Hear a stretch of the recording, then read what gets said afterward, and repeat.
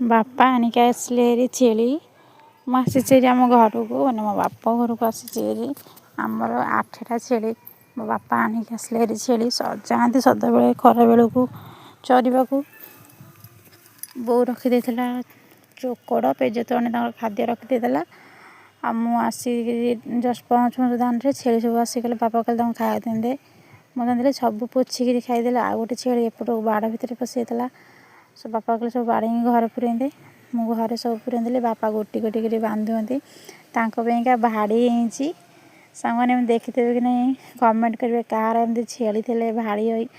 ଆମ ଛେଳି ତଳେ ରହନ୍ତିନି, ତାଙ୍କ ପାଇଁ ଭାଡ଼ି ହେଇଛି। ଭାଡ଼ି ହେଇକିରି ଘର ଭଳିଆ ତାଙ୍କର ହେଇଯାଇଛି, ଜାଲି ଲାଗିଯାଇଛି। ବାପା ସମସ୍ତଙ୍କୁ ଗୋଟି ଗୋଟି କରି ବାନ୍ଧିଦେଲେ। ବାନ୍ଧିକିରି ଏପଟେ ଗେଟ୍ଟା ଦେଇଦେଲେ। ତାର ଛୁଆଗୁରାକ ସବୁ ବାହାରକୁ ପଳେଇ ଆସିବେ। ଆଉ ବାକି ଏପଟେ 2ଟା ଛେଳି ବନ୍ଧା ହେଇଛି।